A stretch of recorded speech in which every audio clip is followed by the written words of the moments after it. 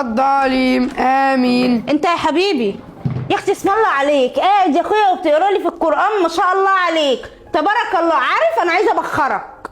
تاخد يا حبيبي يلا شنطتك دي وتتكل على الله. ايه في انا عملت لك ايه؟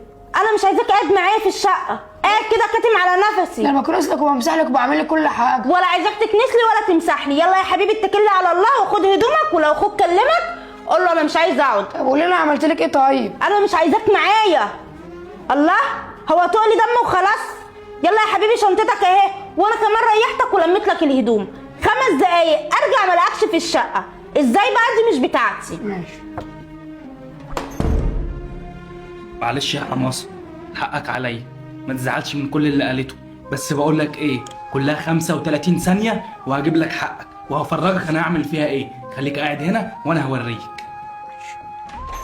الو، ايه يا اسراء؟ خلاص يا حبيبتي غورته في داهيه. طبعا عملت اللي انت قلتي لي عليه، كان قاعد هنا وكاتم على نفسي. لا يا بنتي هو ما يقدرش اصلا يقول لي يوسف حاجه. خلاص يا روحي. ماشي يلا يوسف.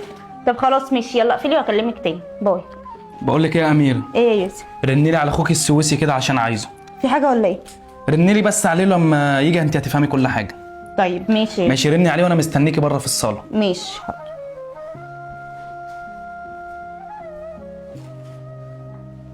الو، ايه يا سويسي؟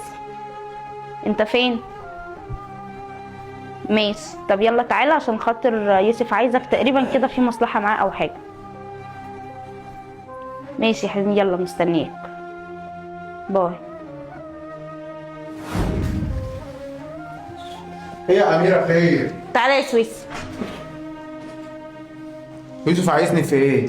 هو قال اتصلي بيه بقى اقعدي بس، بالسويسي. اقعدي. تعالى.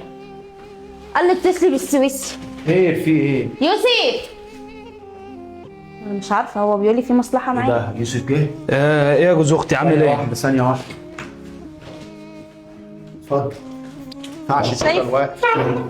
تسلم ايدك في والله. بيتك وهو اللي بيجيب لك الكرسي.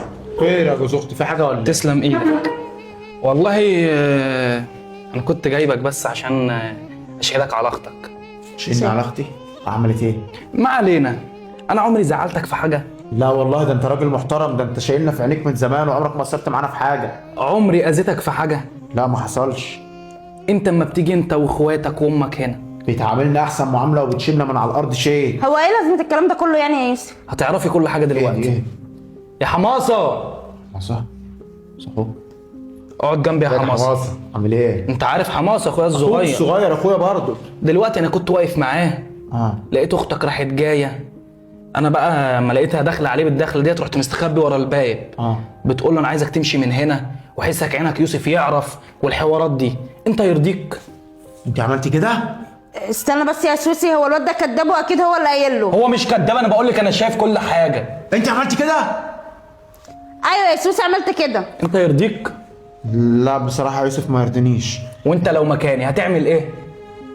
اللي انت شايفه صح يا يوسف اعمله، انا ما اقدرش اتدخل. واللي انا شايفه انك تاخد اختك وتتوكل على الله.